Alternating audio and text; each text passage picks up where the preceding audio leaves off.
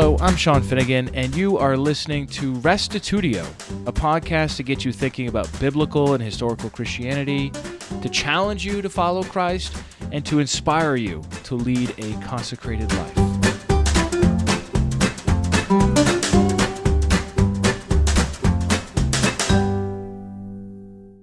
Have you ever heard of the martyrdom argument for the resurrection of Jesus? It goes something like this. Jesus' apostles faced persecution and martyrdom for their confession that God raised Jesus from the dead, sealing their witness with their blood. Why would they die for a lie? Their martyrdom unequivocally proves that they sincerely believed in Christ's resurrection. Since they were in a position to know if it was true or not, we have every reason to trust their testimony. All right, so whether you've heard that argument or not, it is a popular apologetics argument that lots of people use. I've used it myself. But it's a lot easier to say than it is to prove. And what I mean by that is, if somebody asked you to prove that these apostles actually suffered martyrdom, how would you even do it? How do you know they died as martyrs? As it turns out, the only apostle whose execution the Bible records is James, the brother of John, the son of Zebedee, in Acts 12:2. So where would you even go to look at information about the death of the apostles? Furthermore, critics like Candida Moss have argued that the martyrdom stories we have are historically unreliable and are full of exaggerations at best or completely made up at worst. This is where Sean McDowell's research is so helpful for us. He's taken the time to sift through countless pages of primary documents to collect and then evaluate the martyrdom accounts of the apostles.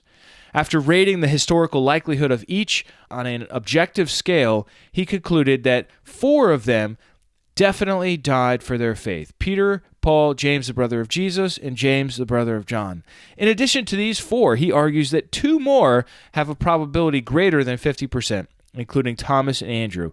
Here now is his case for the fate of the apostles as he presented it at the Defend Apologetics Conference last year. Here now is episode 135, The Fate of the Apostles, with Sean McDowell.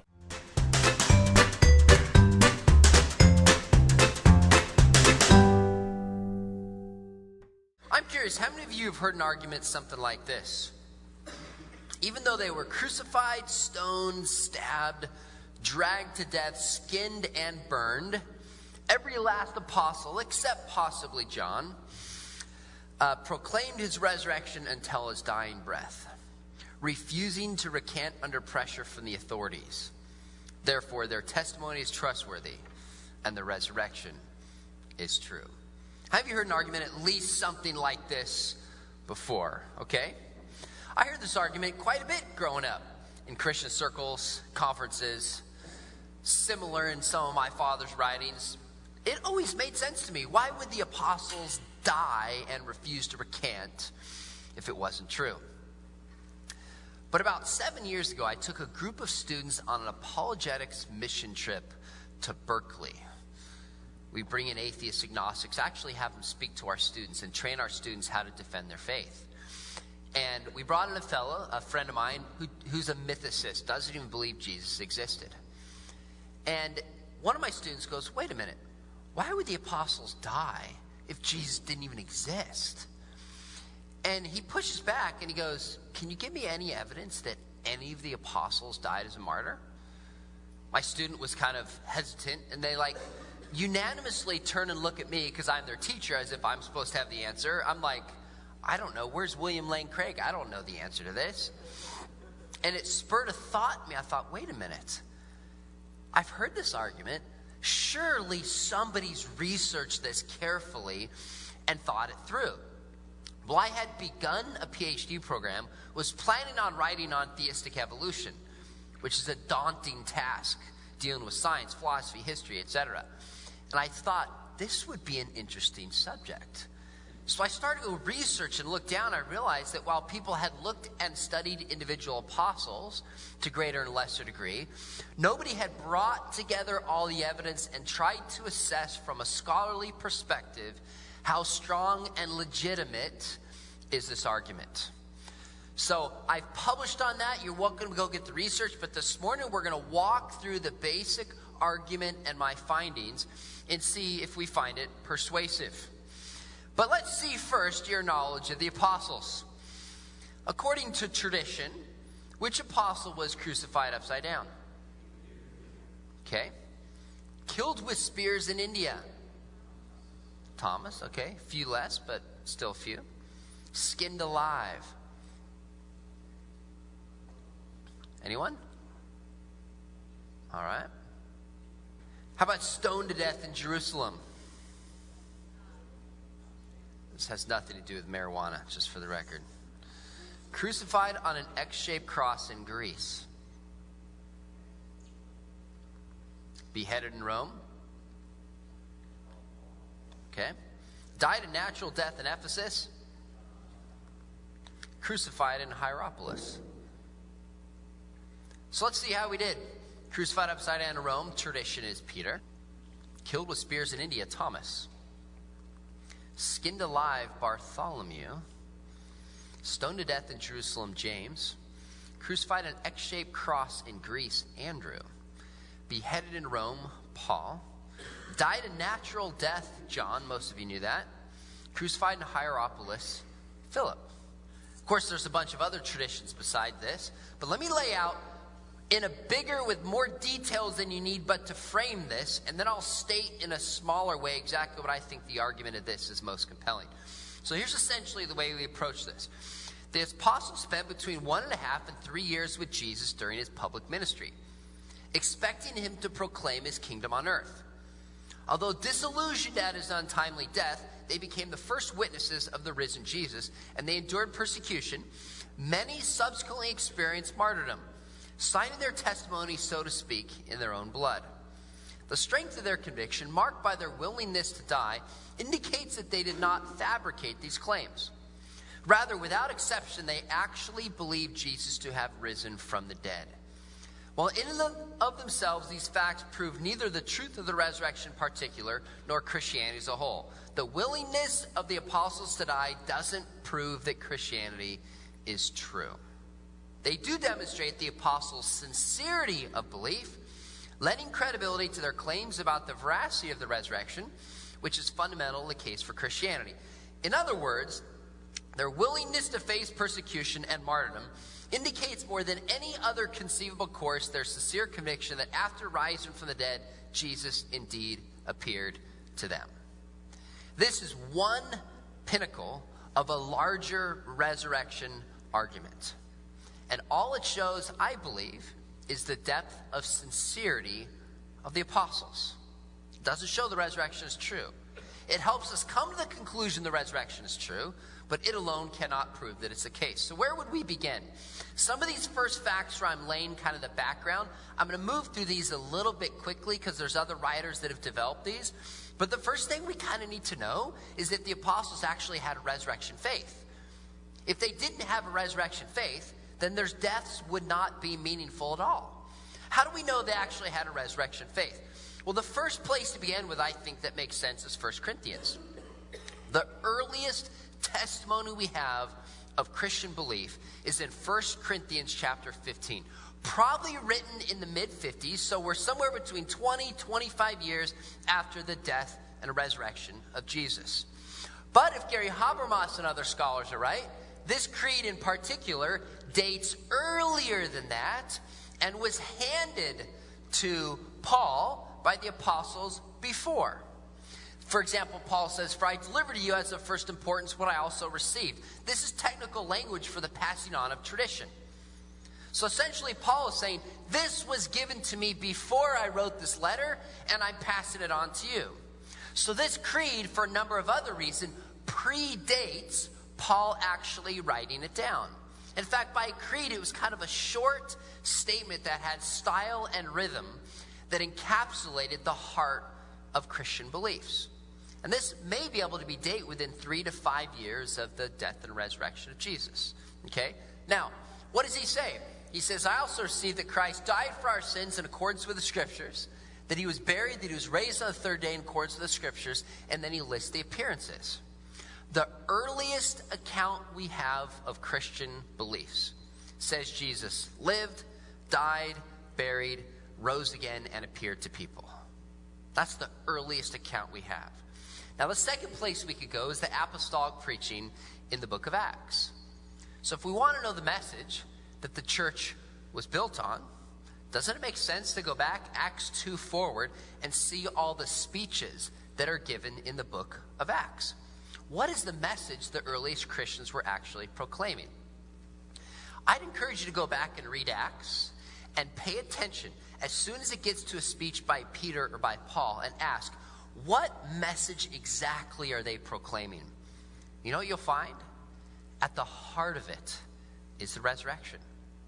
The apostles were convinced because of the resurrection.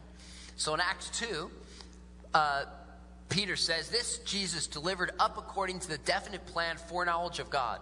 You crucified and killed by the hands of lawless men. God raised him up, loosing the pains of death because it was not possible for him to be held by it. The first sermon an apostle gives. And then throughout the rest of the book of Acts, the heart of the message is the resurrection of Jesus. Now, we can look at the rest of the scriptures, and you find the resurrection central. But then if you go to a generation after, what was interesting to me, I thought, wait a minute, if we want to know the resurrection was central, what are the apostolic fathers, who are the disciples' disciples, what message do they preach? And guess what you find? The resurrection is at the heart of what they proclaim. So one example, 1 Clement 42:3. This was probably written in the 90s, still in the first century. Clement writes, when therefore the apostles received his commands and were fully convinced through the... Okay, good. He's with me this morning. Resurrection of our Lord Jesus Christ, persuaded by the word, they went forth proclaiming the good news about the kingdom of God was about to come. So from the earliest record we have, through the New Testament and apostolic preaching, into the second generation after, the heart of the faith was consistently that Jesus had appeared to the apostles and others, and they went out and they proclaimed that truth. There is no Christianity without the resurrection until you get probably into the second century and beyond. The earliest records we have consistently have the resurrection at the beginning. That's why most modern scholars will say, I know that's a big jump from the apostolic fathers to modern scholars, but even people like James Dunn, leading historical Jesus and New Testament scholar, says it is an undoubted fact. And by the way, anytime you see an academic use a term like undoubted fact, that should jump out to you. Because academics are told in my interview, they're like, sometimes apologists overstate things and they use words like undoubted. They're like, don't do that. If you're in academia, like qualify and nuance everything. So when you see a scholar say it's an undoubted fact, that should be something that jumps out to you like, whoa, this is probably on solid ground, or the person has an agenda. He says, it is an undoubted fact that the conviction that God had raised Jesus from the dead and had exalted Jesus to his right hand transformed Jesus' first disciples and their beliefs about Jesus. So he doesn't say it wasn't their belief they started off, came up with the resurrection. It was a belief that Jesus had resurrected that transformed their lives. So when we talk about the disciples, we have every reason to believe their first belief was in the resurrection. What about the question, were early Christians actually persecuted? In general, was there the milieu that Christians were persecuted? If not, it doesn't mean the apostles didn't die as martyrs, but it helps create a background that makes us more believable and likely. And by the way, in the past 3 to 4 years, there has been substantial pushback on this. A scholar by the name of Candida Moss wrote a book called The Myth of Persecution, and has argued and gained pretty good traction in popular circles that Christians have totally overstated the persecution motif. And I think she says it's only a handful, like 5 or 6, actually were martyred in the first century and beyond. So this is an increasingly important question. So how do we know early Christians were persecuted? Well, let's consider the record. This Christian movement was based upon the death at the very beginning. We have John the Baptist. We have Jesus, who's killed. We have Stephen and we have James early on in the scriptures, James the son of Zebedee. So just stop and think about this. Jesus was crucified claiming to be the Son of God. If you claim to be the Son of God, you're saying that Caesar is not. Jesus' message was in opposition to the message of Rome. So if you sign up to follow somebody who is a crucified criminal by the state, can you see in principle that you're at least putting your life to a degree in harm's way? John the Baptist, James, Jesus, and Stephen, early on, we see that in the biblical account. Well, second, Jesus also taught that his followers would suffer. Consistently taught that his followers would suffer. In fact, the passage that stands out, very interesting, in Matthew chapter 10, Jesus says, "Behold, I am sending you out as sheep in the midst of wolves. So be wise as serpents and innocent as doves. Beware of men, for they will deliver you over to courts and flog you in their synagogues. You'll be dragged before governors." He's speaking to his disciples. "And kings for my sake, to bear witness before them and the Gentiles." Now, what's interesting about this? Who was Jesus immediately sending his disciples out to? Who was he sending them to? Which people group? He was sending them primarily to the Jews. But what does he write in this? To the Gentiles. Notice he says, kings and before governors. It's like he's sending them out on a practice mission, forecasting that in the future they would have a broader mission to Gentiles that would involve kings, and they would testify before them, be prepared to face persecution. So I think we see clearly Jesus teaching there's going to be persecution. Let's take it a step further. When I was asking the question, was there persecution in the early church? I read through the entire New Testament, and I highlighted or noted every passage that either modeled there being persecution or taught that we should expect it. And to be honest with you, I was stunned at how central a doctrine persecution is to Christianity. And I kind of look back almost ashamed, like, why was I caught off guard by that? Friends, it's in almost every single book in the New Testament except like 3 John. It's a central theme. When Jesus said, "Pick up your cross and follow me," how do we interpret that often? Oh, my cross is my neighbor listens to loud music and parks in my parking spot. That's my cross. I bear that. When Jesus said, "Pick up your cross and follow me," he said, "Come, be prepared to be executed just like I was." That's what Jesus taught. He said, you're not signing up for a message that's about making your life great now. You're signing up for a message where you're dying to yourself and you're willing to die for God.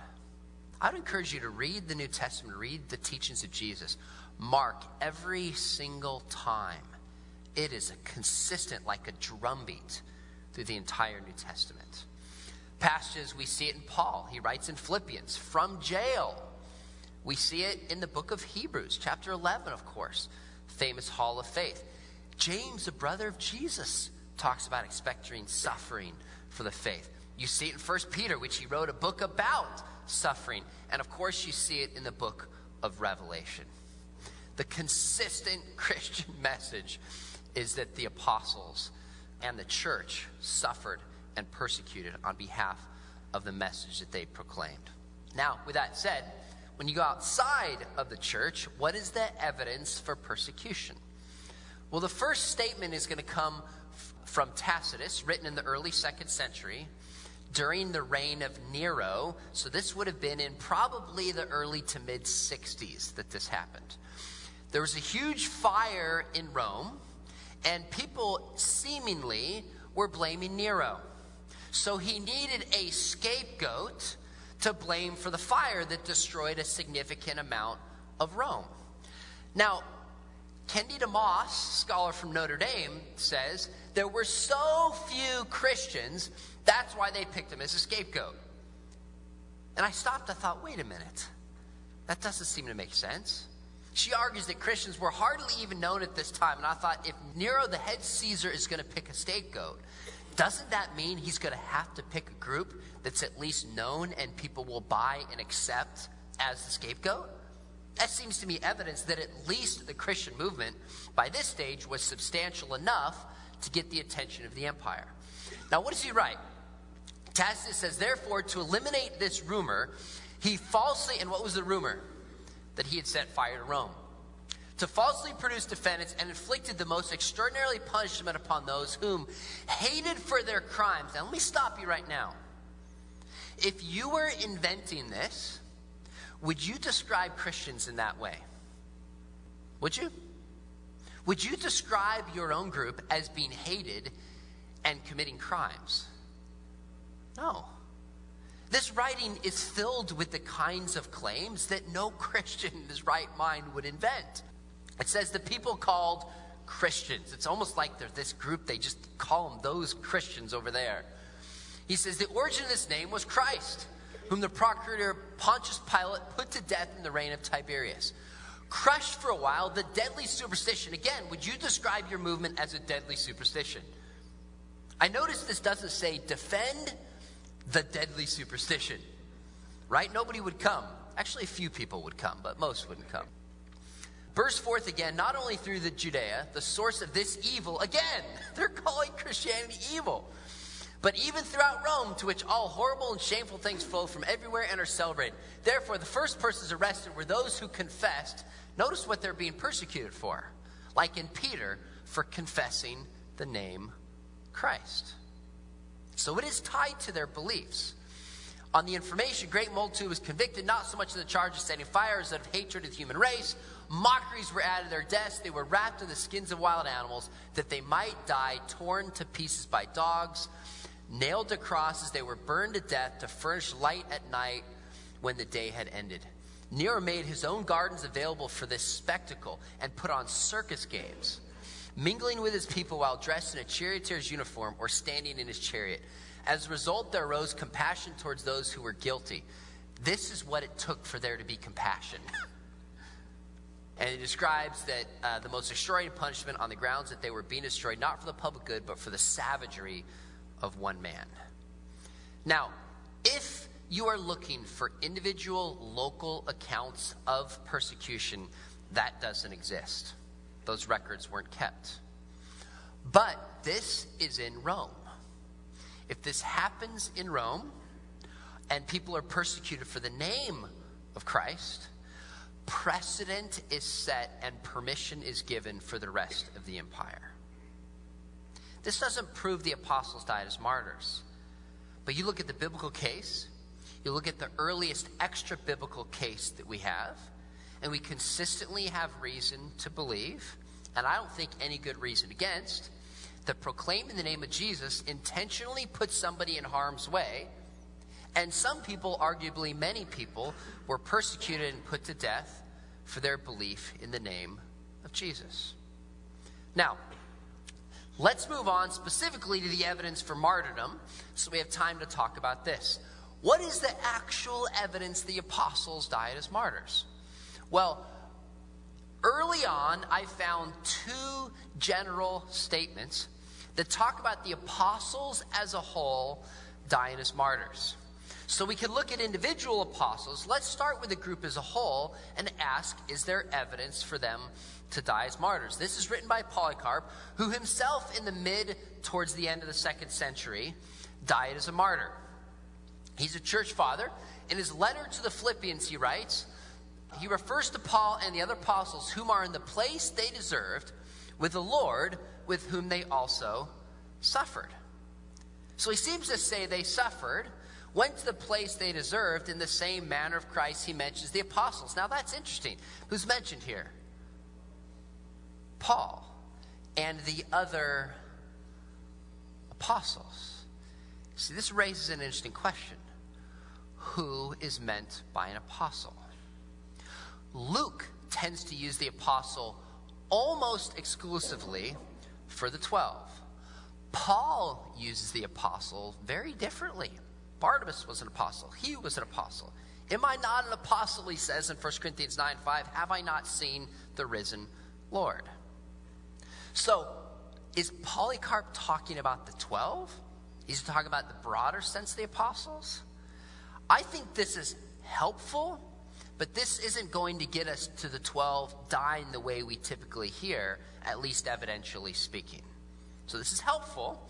The second one, now we jump to the 4th century to a church father in Syria by the name of Afrahat. What he writes, he says, great and excellent is the martyrdom of Jesus. So he is starting off this passage. We're talking about martyrdom and Jesus. In fact, this is a section on persecution. He says, he surpassed in affliction and confession all who were before or after.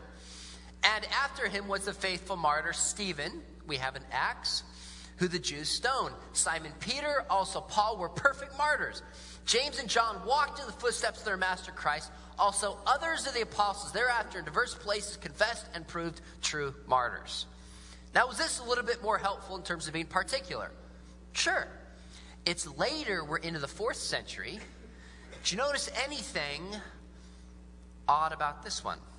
Who does he mention? Stephen, yeah, he died as a martyr. He wasn't one of the 12, but he died as a martyr. Who else does he mention? Peter and Paul. Peter was, but Paul wasn't one of the 12, so his sense of apostle is broader. Who else does he mention? James, Acts 12:2, and John. Was John a martyr? Now, there are some conservative scholars today who believe John was a martyr. We can come back to that if you want to during the question-answer period. I'm not persuaded by it, but this is 4th century.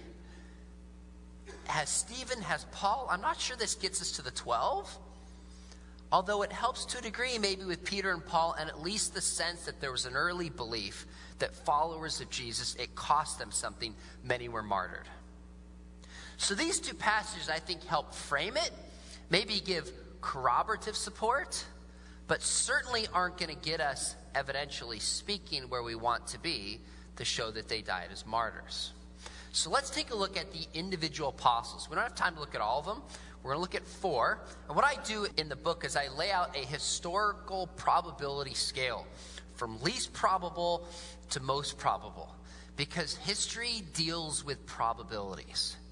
You have to weigh the amount and the quality of the evidence and do your best to make an assessment of it. This is how history works. All right, so let's take a look at Peter. Now, Peter has specifically 2 references in the 1st century. One is from the Gospel of John. Now, how many of you listen to Unbelievable Radio? Can I see your hands? You listen to Unbelievable Radio? If you like apologetics, you kind of need to listen to Unbelievable Radio. It's out of the UK. Every week, Justin Brierley has somebody on different sides debating issues, and he's a very fair moderator. In June, I was on debating this with a guy, a mythicist, who doubts that Jesus existed. Number one, he was yelling at me, which always makes it interesting and kind of fun. Just kept my cool. And I said, John is the source. He goes, John's in the Bible. That doesn't count. I said, yeah, actually it does. This is a 1st century source. Now, John was written in the 90s. And if Peter was martyred in the 60s, the traditional story is told, this is 30 years after. So this had to be written in a way that would be accepted and believable to people. If they had a story nobody knew about Peter, the head of the apostles, who's always the top of the list, or it contradicted it, there's no way people would have accepted the Gospel of John. So I think the fact that this is written within 30 years, when there still would be people around, within itself is testimony. Now, what does Jesus say in 21:18-19?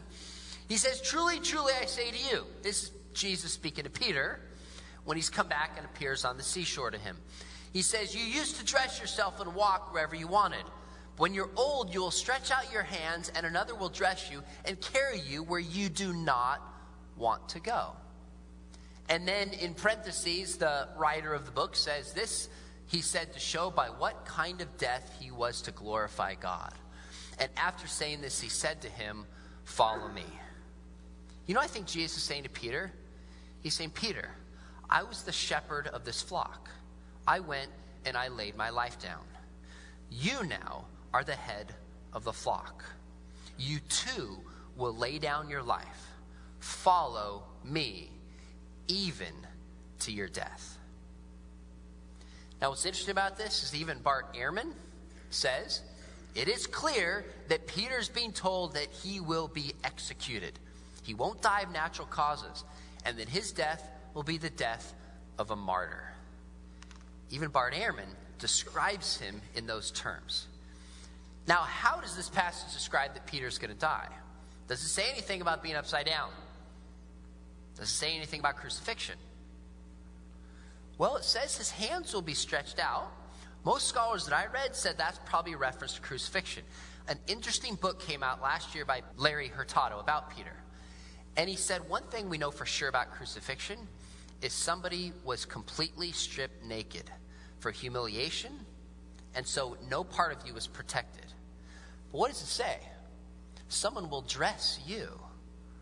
He argues that he was dressed and burned in the fires of Rome because that's how they would kill people at that time. Exactly how he died is actually incidental. We do know he's told he'd been executed as a leader of the flock. I think that's clear in a first century reference within 30 years of the death of Peter. But we have a second reference. If you go to 1 Clement, chapter 5. Now, Clement was a letter written from Rome, and it's written probably in the mid-90s. All right, so if anybody's going to have knowledge of Rome, you would think that Clement would. Here's what he writes. He says, and by the way, the context of this is he's talking about how jealousy causes division and bitterness and ultimately leads to death. That's the context of 1 Clement chapter 5. It says, but to stop giving ancient examples, let us come to those who became athletic contenders in quite recent times. We should consider the noble examples of our own generation. Because of jealousy and envy, the greatest and most upright pillars were persecuted, and they struggled in the contest even to death. So they were persecuted, and they struggled in this even to the point of death. And then he says, we should set our eyes before the good apostles. There is Peter, who because of unjust jealousy bore up under hardships, not once or twice, but many times. And having thus borne his witness, he went to the place of glory that he deserved. His witness is he went forward. He testified, he went forward, he proclaimed, and he died because of this proclamation. Now, this raises a bunch of questions that we could explore or talk about. But when it comes to Peter, we have two references to his death being persecuted as a flock of the sheep in the first century. Now, there's a bunch of other sources. We won't walk through all of these. I list them in the book. I'm happy to send you where to find them. But this is through the 2nd century alone. I think there's 10 sources that indicate that Peter died as a martyr, some with greater and lesser degrees. My conclusion is we're on solid historical ground to believe that Peter died as a martyr. And Bart Ehrman agrees. Bart said it, that settles it, I believe it. Let's take a look at the issue of Paul. Now, Paul's a very interesting case. Now, 2 Timothy is a book that critical scholars would say Paul didn't actually write. I believe that he did. There's good evidence to believe that he did. Critical scholars almost unanimously accept that 7 letters of Paul, such as Romans and 1 Corinthians, etc., were actually written by him. Timothy is a book that they would say, no, it wasn't written by him. Now, here's what's interesting. Is obviously Paul's not going to write a book that includes his own death. Somebody else would have had to pen this. But look what he writes in 2 Timothy chapter 4. He says, for I am already being poured out, the last book he wrote, as a drink offering, and the time of my departure has come. I fought the good fight, I finished the race, I have kept the faith. What does it mean to be poured out as a drink offering? He says, my life is being taken from me. I'm being killed, I am suffering, related to spilling, drinking the cup. He's saying, I am being persecuted, who was, by the way, Paul, what was he told when he first became a prophet? You are going to suffer for my name. So if Paul did write this, what do we have? We have a message towards the end of his life. He knows he's about to die. He's undergoing hardship for the proclamation of the faith. If Paul didn't write this, interestingly enough, as critics claim, then somebody who wasn't Paul had to insert into a writing attributed to Paul that he knew his death was coming. Why? Because the tradition must have been so strong at that point that Paul died as a martyr. Either way, we have good reason to believe, according to this passage, at least one hint that Paul really suffered to the point of death. Now, with that said, we also have for Paul 1 Clement, chapter 4, right before the reference to Peter. The only two that are mentioned by Clement are Peter and by Paul. It says, because of jealousy and strife, Paul pointed the way to the prize for endurance. 7 times he bore chains. He was sent into exile and stoned. He served as a herald in both the east and in the west, and received the noble reputation for his faith. He taught righteousness to the whole world, came to the limits of the west, bearing his witness before the rulers.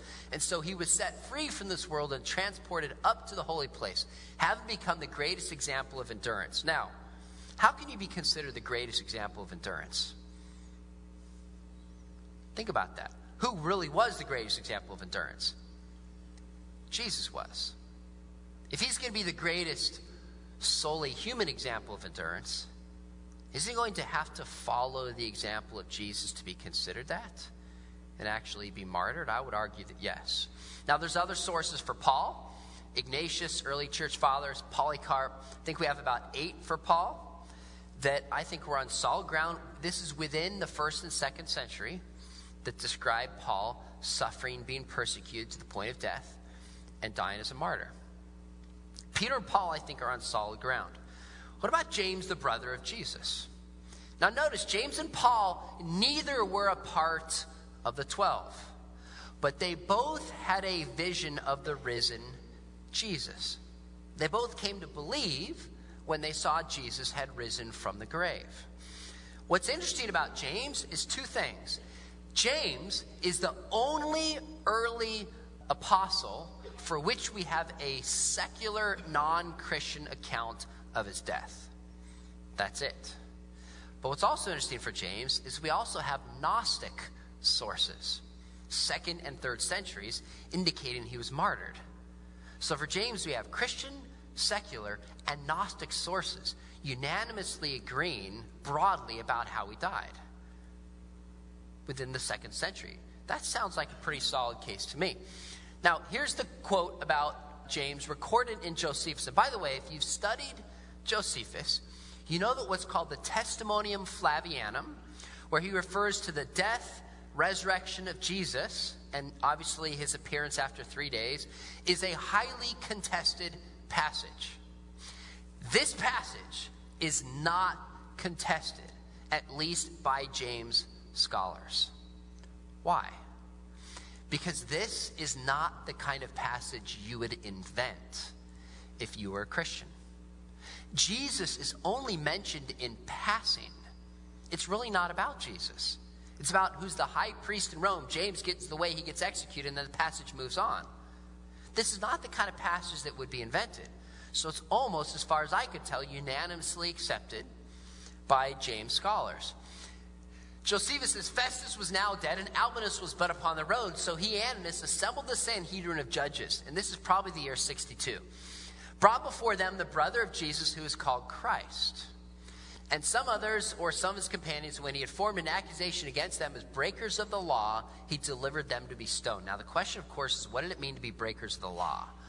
Is some political movement taking place here to get rid of James? Yes, probably. But I'm not sure we can separate the politics from the religion of what James was proclaiming as the head of the church in Jerusalem at this time. James actively put himself in harm's way in resistance to the religious leadership at that time. When they had the right time, they had him removed and killed. 1st century secular source to the death of James. And of course, there's others for James. Hegesippus, Clement of Alexandria, 2nd Apocalypse of James, Pseudo-Clementines, and then others beyond that. I think, given that it's in a secular source and then shows up through the 2nd century consistently, I think we're on solid historical ground to believe that James, the brother of Jesus, was in fact executed in this way. The last one that I think we're on solid historical ground, so let me pause and give you some context. Out of the 12 disciples and James and Paul, I think there's 4 for which we can say with confidence we are on solid historical ground. That might be disappointing to you, but it's true. I shared this with the pastor, and he goes, "You're going to make a liar out of all of us." I said, "That's not my goal." I'm trying to assess what we know historically. Well, why would James, his execution is explicitly mentioned in Acts. Acts 12:1-2 says, about that time Herod the king laid violent hands on some who belonged to the church. He killed James with a sword, which means he was probably beheaded. Now, if you read Keener's commentary on Acts, he said this has the ring of how an execution was written at this time. There's no flowery details that are added to this. When it comes to James, there's no other traditions that I could find even about his death. It's unanimously accepted. It's in the book of Acts, which can be shown to have strong historical reliability. I think we are on solid ground to trust this statement about the death of James. Later on, when you get in the 2nd, 3rd century, you see these kind of stories that show up about how there's an executioner who's so convicted by James, he says, execute me too. Like this basic story, you see these flowery legends added onto it, but the core shows up early and consistently in Acts and beyond. And I think that gives us good reason to believe that this tradition is true. Now, there's 4 that I think are solid historically. There's 2 that could arguably be at least better than 50%. Arguably. But I think the evidence is much weaker. One of them is Thomas. Now, Thomas was perhaps the interesting apostle to study because almost all the scholarship is done by Eastern scholars. And from what I could tell, every single Christian from India I ever met is 100% convinced Thomas went there, founded the church, and died as a martyr. They don't know why, but they believe it. Their tradition runs deep in southern India related to Thomas. Well, how do we know he was martyred? Well, interestingly, we have records of travel from the Middle East to India in the 1st century. First thing I needed to know, would it even be possible for somebody like Thomas to get there? Well, for centuries before and centuries after, do you know roughly the middle to the end of the 1st century was the ideal time for travel between the Middle East and between places like India and China? There was safety overall, and there was the technology to do it. There's no reason to doubt that Thomas could have made it. In fact, there's a record, you can read online. It's actually a business record of exact routes you could take when currents would go from the Middle East down to India, where you could find specific spices. If you go to this port, you'll find this. If you go to this port this time of year, you'll find that. It's all the business travels written in the 1st century that shows this kind of travel was specifically taking place. So there's no reason to doubt Thomas could have done it. The question is, what's the evidence he did do it?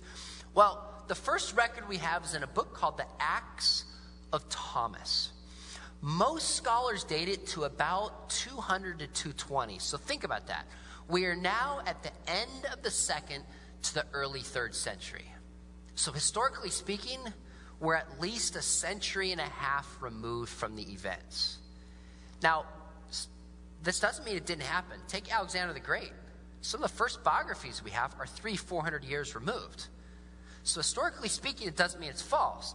But we have to stop and admit that the evidence is getting weaker than for some of the other apostles. We have to concede that. Now, the Acts of Thomas, there are these books, and you might find them interesting to read. They're called the Acts of Peter, the Acts of Paul, Acts of Thomas, the Acts of John, and the Acts of Andrew. These show up in the middle of the 2nd century into the 3rd century and beyond. And they're fictional stories that are made up, number one, to encourage people. They're not telling lies, but also to fill in some of the gaps that we don't have about the apostles. But what's interesting is when it comes to Peter, in the Acts of Peter, there's all these fictional stories that are clearly made up. But the story itself exists within the frame of what we know was actually true about Peter. So when it comes to the Acts of Thomas, he's sold as a slave. He goes to northern India. He's supposed to build a temple. He's given money by a king to build a palace. He doesn't build it. He's about to be put to death. Someone has a dream and says, oh, he built you a palace in heaven. He's saved. He's sent to southern India, where he's executed with spears. Now, this story was totally written off as fictional, except the king for which he built the palace was named King Gundafar. In the end of the 1800s, at the turn of the century, a coin was found in northern India right to the time that the story was allegedly happened. with the name King Gundafar on it. There have been other names and archaeological findings from the book of Thomas that seem to match up with the broader story. Now, again, this doesn't mean it's true, but this gives you pause and kind of says, okay, wait a minute. There could be more to this than just a story that was completely made up. Now, the second fact that's interesting is you have this community in India called the St. Thomas Christians of India. Has anyone here been to India and visited this? Have you been? You've seen? Interesting. You've been there too. I would love to go. I've never been there. Now, are they absolutely convinced of the traditions of Thomas? If you go to Mylapore or other areas in southern India, they believe it, don't they? In fact, they actually have, I used to read the genealogies, and actually I wouldn't read the genealogies. I would skip through them. I'm like, why am I reading the genealogies? You go to groups like India, they don't have written history until roughly the 1500s. They didn't write it down, but they had a sense of history through poems, through stories, through songs. They actually have some written accounts now where they trace back each family line all the way back to the time that Thomas landed in India. Now, why do I find this interesting? You have this book, The Acts of Thomas, and then you have these traditions of the Apostle Thomas coming deeply ingrained in India. I think there might be something to this. In fact, I would probably say it's more probable than not. Much weaker than Peter, but historically speaking, I think there is good reason to believe that Thomas may have gone to India and died the way the Acts of Thomas describes. I think there's at least a case that can be made for it. The other apostle that's possible is the apostle of Andrew. Traditionally described that he was crucified on an X. What evidence do we have for Andrew? Number one, we have the book The Acts of Andrew, which dates to the middle of the 2nd century. Describes him not dying on an X, but being crucified. And then you have a document called Hippolytus on the 12, probably not written by Hippolytus, probably from the 3rd century. We have two sources, 2nd century, 3rd century, that Andrew dies as a martyr. No contradictory accounts. Now, when it came to Andrew, I came across this modern Greek journalist who wrote, if I remember, I think a 400 or 500 page book. He worked in 50 languages. And all he did was track down every single tradition he could find worldwide about Andrew. He said, I don't know if these are true or false, but I'm going to line these traditions up and just see if some kind of consistent story can be told about Andrew. And he lined them up and he goes, for the most part, they kind of fit together, except there was a gap in his chronology and his location. He goes, months later, he hears this obscure story or tradition about Andrew going and living in a cave in Romania. It fit exactly in the chronology of the life of Andrew. Now, I don't know exactly what you do with that, how you can verify it, but that was enough when I read that to stop and go, you know what? A lot of these traditions are invented, I get that, but there might be something to some of these stories as well. There really might be some, and some would argue that's the case for Andrew. What does this tell us? Of the 12 apostles, and then Peter and James, at best we have 4 you can make a solid case for. I think 2 that you might be able to argue are more probable than not. The rest of the apostles, well, there's no record any of them recanted. We know that. Evidence is late, legend-filled, and contradictory. It is. There's at least 5 or 6 ways that Bartholomew died. He was put in a bag and thrown in the ocean. He was beheaded. He was crucified. He was burned alive. And he was skinned. Now that's a pretty miserable life if all those happen to Bartholomew. And frankly, I'm suspicious. Do you know the first record of the skinning of Bartholomew? If you look at old paintings and images of the apostles, typically you'll see Bartholomew without any skin, because that's the tradition about how he died. The earliest record of Bartholomew being skinned comes from 500 AD. That doesn't make it false. But can we put any historical confidence in what seems to be legendary and invented for theological reasons 500 years removed? Frankly, I'm not sure that we can. That's the case that can be made. We just don't know what happened to the rest of them. The historical evidence simply isn't there. Now, you might be thinking, then we'll take some questions and I'll sum up for us. What about other, quote, martyrs? I was sitting in a bed and breakfast in Alabama, and a nun came rolling in, so we had breakfast together. And I was working on my dissertation. She goes, oh, what are you working on? I said, the fate of the apostles. She goes, oh, how interesting. What are you trying to show? I said, well, I'm looking at their sincerity if they died as martyrs. She goes, well, that's not a good argument. Haven't other people died as martyrs? And I'm sitting there going, wait a minute. Why is a Catholic nun challenging me when I talk about martyrs? Like, you think she would be on the other side. It was this interesting conversation. And I said, you're right. Plenty of other people have died for what they believe is true. So on 9/11, we famously witnessed at least 11 Muslim terrorists die for what they believed. And by the way, I don't really use the term martyr for Muslim terrorists. They're murderers. They weren't dying at the hands of somebody else. They are actively taking other people's lives.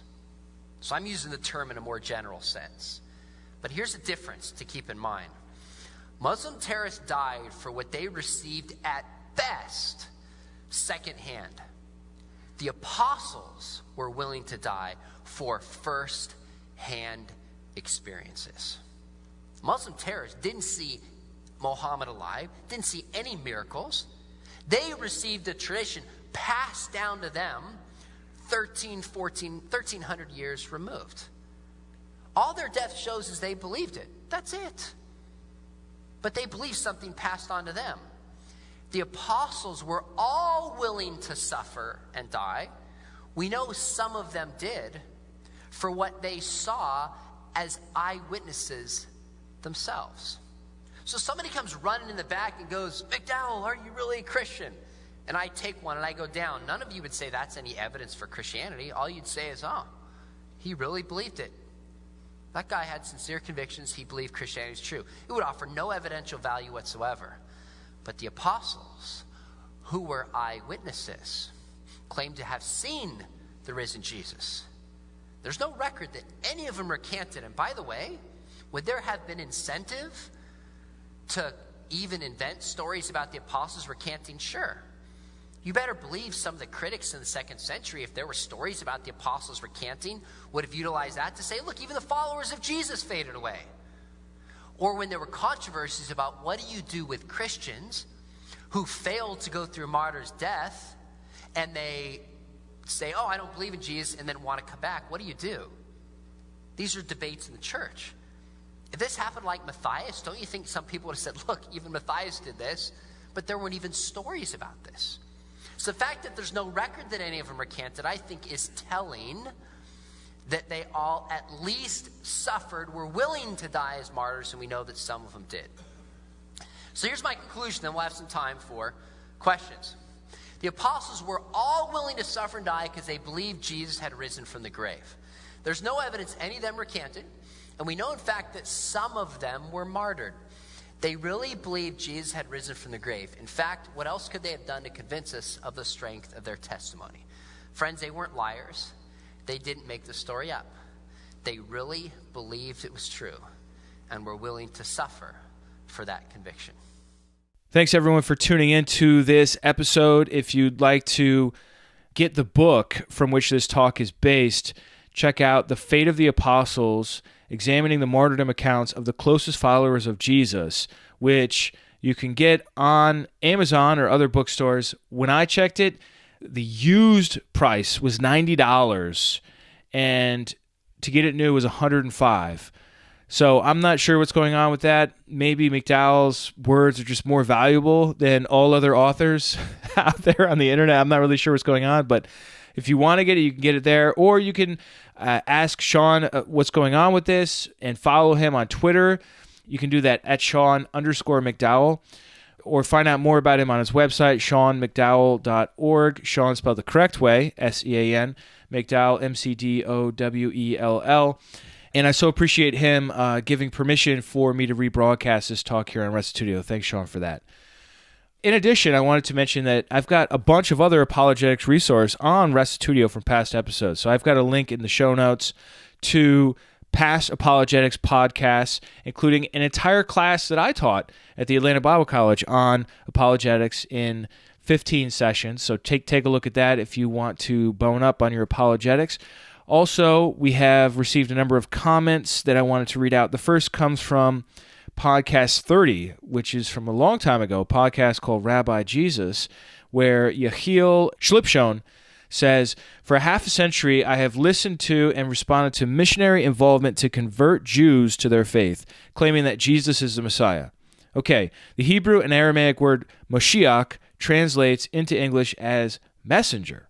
Cyrus of Persia was called in the Tanakh, Old Testament, the Lord's Mashiach because he reinstalled the autonomy of Judea, Israel, to the Jews. He earned the acceptance for being a messenger of God in that sense. As for Mashiach that shall bring all he promised in the last of the current periods of troubles, the job description is laid out. So far, no one has fulfilled it. For a fuller understanding, there are many fine Jewish sites. I like simpletoremember.org for its down-to-earth sharing of his way. Shalom. Thank you so much, Yechiel, for writing in. I'm going to have to disagree with you about the definition of the word Mashiach. This is not really the sort of word that's confusing or difficult. We can check any number of Hebrew lexicons to see that this word just means anointed. We find it used throughout the Bible to refer to especially kings of Israel, but also the high priest and even certain patriarchs. So Messiah or Mashiach does not mean messenger. The word for messenger is malach, as in Malachi, like Malachi. The book of Malachi means my messenger. So I'm not really sure what's going on there. It seems like you have a very Hebrew name. If I am in error and all these lexicons that I have access to are in error, including my Hebrew teacher that told me in no uncertain terms that Mashiach is the word for anointed, please cite a source other than just asserting that Mashiach means messenger instead of Messiah or anointed one. As far as Jesus not having brought the kingdom yet, or he's not yet fulfilled all the prophecies, as far as Jesus not having fulfilled all the prophecies about the Messiah, I totally agree. He has not fulfilled all the prophecies, many, in fact, the majority of the prophecies about what the coming Messiah will do, such as Psalm 2 or Isaiah 11. And yet, I still believe that he is going to fulfill those when he returns. In fact, that's the whole purpose of him returning, is to complete that task. So then the question becomes, well, why in the world do I believe he's the Messiah at all? Well, that's because of the evidence for the resurrection. The resurrection identifies Jesus as the one that God has vindicated. God has put a seal upon. Jesus claimed to be the Messiah. If God raised him from the dead, then that's vindicating Jesus' self-messianic claim, which was written very clearly on the titulus, a sign above his head on the cross. So, Yechiel, hey, if you wanna come back on this, that'd be great. If anybody else wants to drop a comment, check out podcast 30, Rabbi Jesus. It's part of my historical Jesus class, number 6, and leave a comment there on restitutio.org. Another comment came in from someone named Vicky, who wrote on Off-Script episode 40, Roy Moore, Gay Wedding Cakes, and White Evangelicals, where we responded to a Washington Post article called White Christianity is in Big Trouble, and it's its own biggest threat. And Vicky writes an extensive comment that I don't have time to read out here on the air, but I encourage you to check into it. But essentially what she says, I'll just read out a little excerpt here, is that essentially what she said is that she felt that we on the panel, the off-script panel, myself, Dan Fitzsimmons, and Rose Ryder, that we took this article too personally, and we tried too hard to defend Christianity as a whole instead of owning up to the sins of Christians. Then she says, if the things written about these evangelicals don't apply to you, your faith, service, worship, and dedication to God, then it's not applicable to your Christianity. We don't have to try and defend or explain their behavior. Let them show their fruit. We have to continue to share with people the truth about what God has in store for mankind and the kind of world that lies ahead for those that seek to serve God in spirit and truth and put their faith in one and only ruler who will bring about peace and end suffering and injustice for mankind. Vicky, I really appreciated you writing in. And maybe you're right. Maybe I got a little too emotional. I'll just speak for myself, not for the other panelists. But it's hard to read an article like that when you have dedicated your life to serving as a pastor and a Bible teacher, and when it's characterizing you and lumping you in with a group of people and making criticisms that aren't true to your experience. So, I was probably a little too emotional, but I felt that I was at least fair-minded in considering what the author of that article was saying. So, hey, if you haven't listened to this yet, check it out. It's Off-Script episode 40, and add your voice to the mix. We've had a lot of engagement with that particular post. Then, last of all, we had a comment on Off-Script 38, Killing in War, a Christian view of violence, where Kim Magnuson wrote in and said, I enjoyed your comments. As someone who's switched from being pro-military to now being pro-Sermon on the Mount, you made some interesting points. I enjoyed ethics professor Preston Sprinkle's book, Fight, which I also have, Kim, which certainly gives strong credence for nonviolence. Anyone joining the military is trained to kill. Some are trained in a more sophisticated fashion than others, depending on what their service in the military is comprised.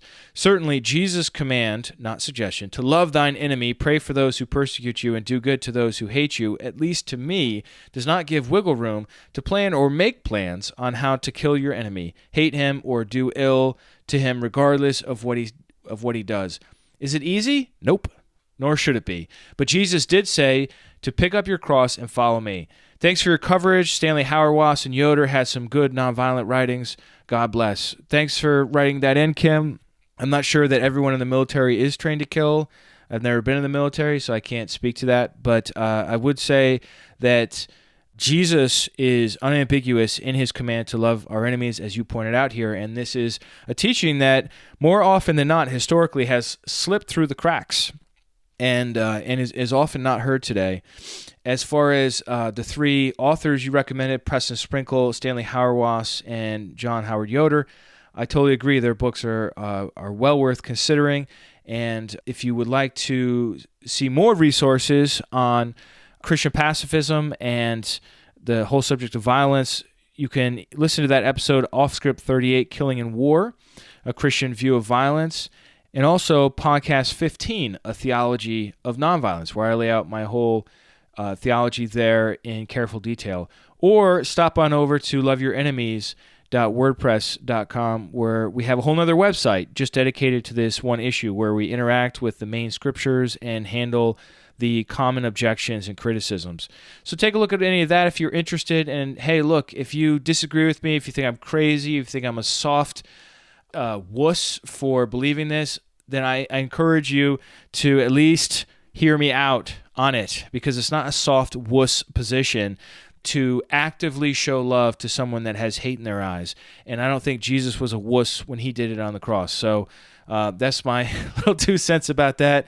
We'll catch you next time. And remember, the truth has nothing to fear.